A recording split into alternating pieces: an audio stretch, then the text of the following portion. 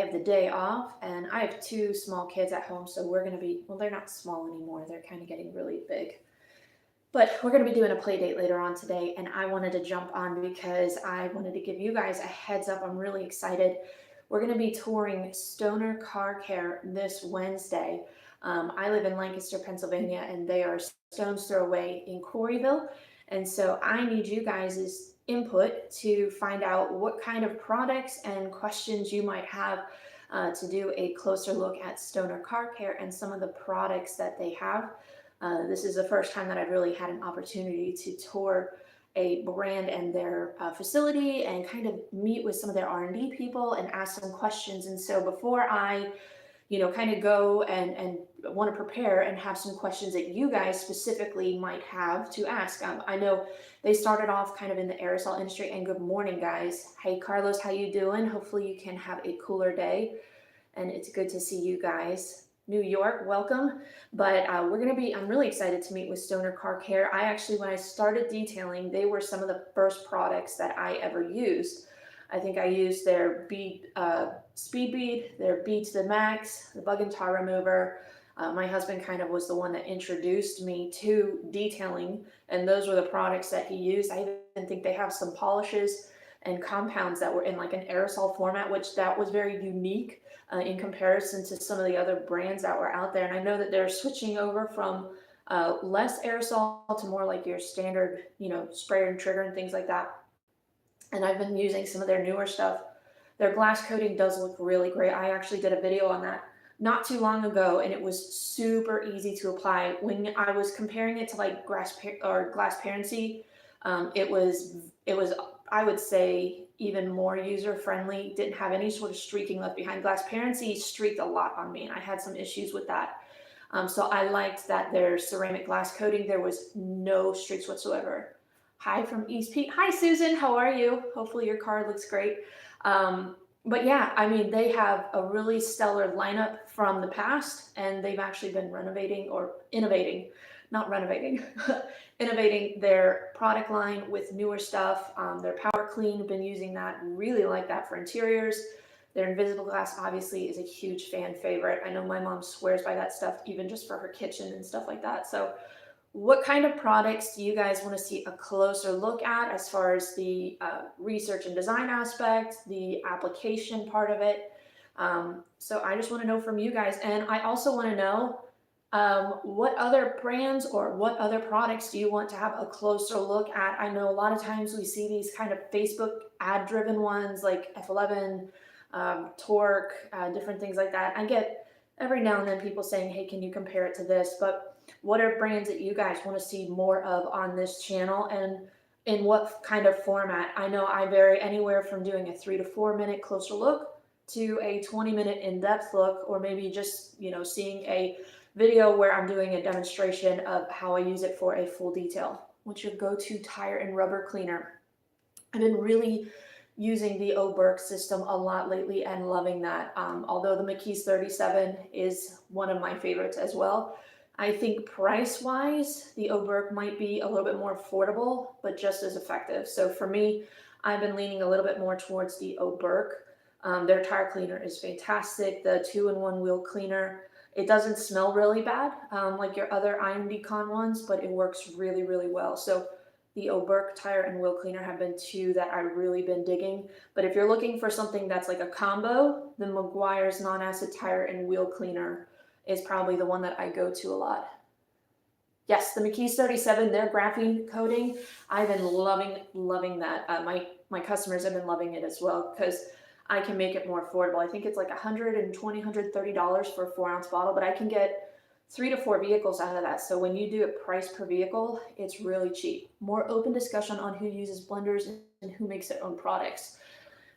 I think that would be kind of challenging to get some of these companies to open up. There's a lot of non-disclosure agreements that you have to take into consideration.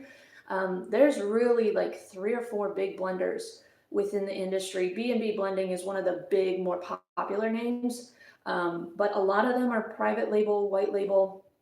But I know that there are a lot of patent pending, formulas. You can go to someone and say, I want this, this, this, and this. and they can patent that formula just for that company. Let's see. I enjoy your demonstration. I'm going to go back through some of these questions. But yes, I would like to see a little bit more open discussion. I think that would help a lot of us as the consumers to know if we're just buying the same product with a different color or maybe a different scent added to it, because a lot of times it's marketing that you're paying for. Thanks, Rich. I appreciate your support so much. Your demonstration videos you enjoy. Well, thank you, John. I appreciate that. Product ban doesn't matter to me. I want a product that gives me a great result and least amount of work. I am with you. Work smart, not hard, right? Do you think McGuire's hybrid paint coating could possibly use as a top coat on a ceramic? It depends on the ceramic and also how soon after, because some you can layer within a few hours and that the coating isn't going to push it off. Even the hybrid paint coating, I think you can reapply a second coat an hour after. But I think a lot of it has to do with the length of time. Now, if it's a coating that has been on there for quite some time, maybe a year and a half, and you don't want to have to polish it off, you just want to top it, I think it should be fine because it's going to be a weakened coating. But if it's a fresh coating and you're like a week later wanting to top it, I don't think it would bond quite as well. Most coatings, they're going to have a smaller window if you want to top it. But if you're looking to refresh a weakened coating, I think it should be fine in that way. It may not last as long. You might have some issues with streaking, but I personally don't think it would be an issue. It would be essentially the same as, using any sort of ceramic sealant to kind of top it. But I've been loving the hybrid paint coating. So typically here at my shop, I have been trying to experiment with different coatings to figure out, do I want like a 12-month option, a 3-year option, and then a pro grade option. So for the 12-month option, the McGuire's hybrid paint coating is the direction that I'm going to go. Every test that I've seen with it is just phenomenal. It's very affordable. I can make it affordable for customers, very easy for me to apply. So labor costs are down. When we go to like a 3-year coating, that's probably going to be the McKee's 37, their graphene coating. It's rated up to 5 years, but here in PA, I've not seen any really high-end coating lasts longer than that 3-year point because of the road salts. Most customers go through the automatic car wash, which that's going to weaken it. So even if I say it's a 2 to 3 year coating, bring it back every 6 months, I can kind of guarantee, I don't have warranties, but I can guarantee that it's going to perform. And so because that's affordable, again, and I feel like most customers, that's the one that there is more realistic for them, because in about 3 years, you're going to get swirls and scratches, water spots, maybe road film kind of weakening it. You're going to want to have a paint enhancement and reapply a coating. So I keep that one as my most popular option and my most affordable option for more of a long-term coating. So that way in 3 years they can come back. It's not that I've broken the bank the first time and they've not, spent like $1,000, $1,200, where in 3 years they're like, well, that wasn't worth my money.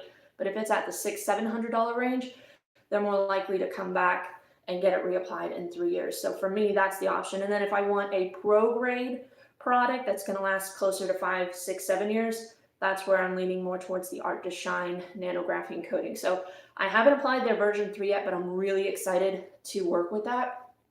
I use a water softener for water spots and it works great. It's a water softener for RVs and it works great. Send me the link to that, Stephen, because I've been toying with the idea of a water spot remover or a final spot-free rinse, and because we have issues with electrical outlets in my garage, I have to be very intentional about the tools that I use out there. And I don't know, my husband doesn't really want me having to deal with that. Your video of the torture test shocked me with the breakdown of Underdog and Kronos. Yeah, and I mean, there were some, I guess you could say user error. Underdog let me know that I should have let it sit on there for 10 to 20 minutes. I haven't let any Underdog Pro sit on a vehicle 10 to 20 minutes just because it gets too grabby and difficult. So, it was a lesson learned. And I think there are some people that want me to reapply it and let it sit on there longer. But, we might do that in the future just to give it a second chance.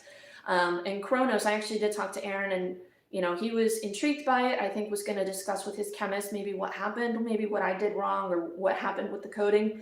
So if I get any updates to their performance issues with both of those coatings, we might take a closer look. And I know that the Black Rhino one as well, their bottles look identical and I grabbed the wrong bottle. So that was my own stupidity. But I use the Meguiar's wheel and tire cleaner, and the product works well with more and more people coating their wheels. What is your favorite tire cleaner? Do the dedicated tire cleaners clean better? I think so.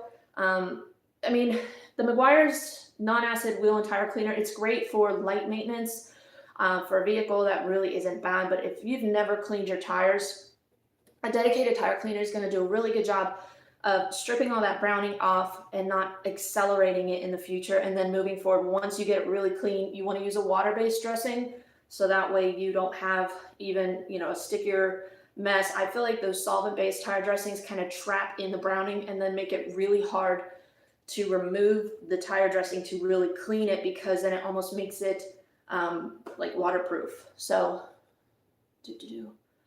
my grandma flashed me today while I was detailing a Jeep. Any idea why? Maybe that was your tip for the day. I'm so sorry. Roger that. Thank you for that vision in my mind. Any guidance as to how to do your taxes as a self-employed person? Saw your liability insurance vid. Love your videos. I'll be honest with you. I mean, I first started off with TurboTax, and now we use a certified professional for that, and they really help, because my husband has his own small business as well, so there's just a lot of stuff, and sometimes it's worth it to pay a professional.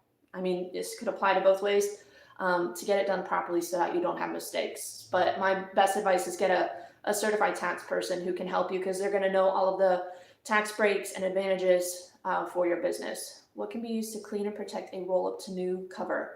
I really like the Meguiar's heavy duty vinyl cleaner. And then to protect, I think any ceramic sealant would be fine. I don't like anything that's solvent based, because when it rains, it's going to drip all of that kind of dressing off to the side. So I just like a water based dressing that will help prevent some of that streaking on the side that can occur when water happens.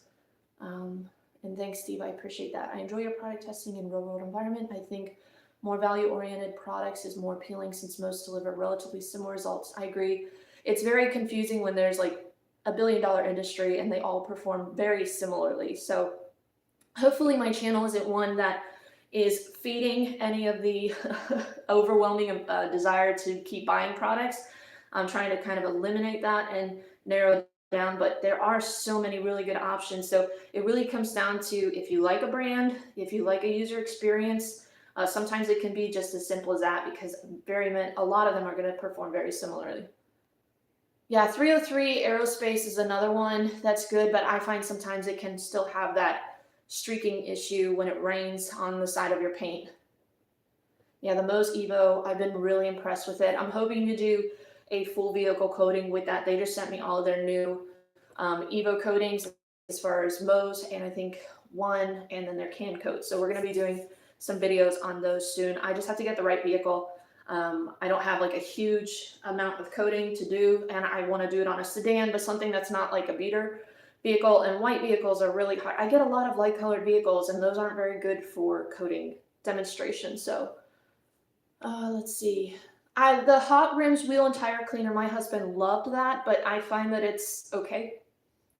It's kind of like P&S brake buster for me. It'll work if it's not really bad, but it's not going to really do a heavy cleaning, and you're going to go through probably half a bottle cleaning 4 tires if they're pretty bad. So for me, cost-wise, the Meguiar's non-acid wheel tire cleaner, you can get a gallon for pretty cheap.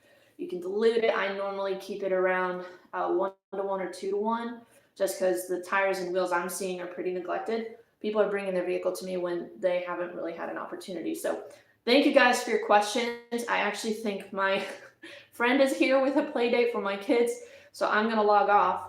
But we're going to be doing more lives, because you guys have some fantastic questions. We'll do some more lives hopefully soon.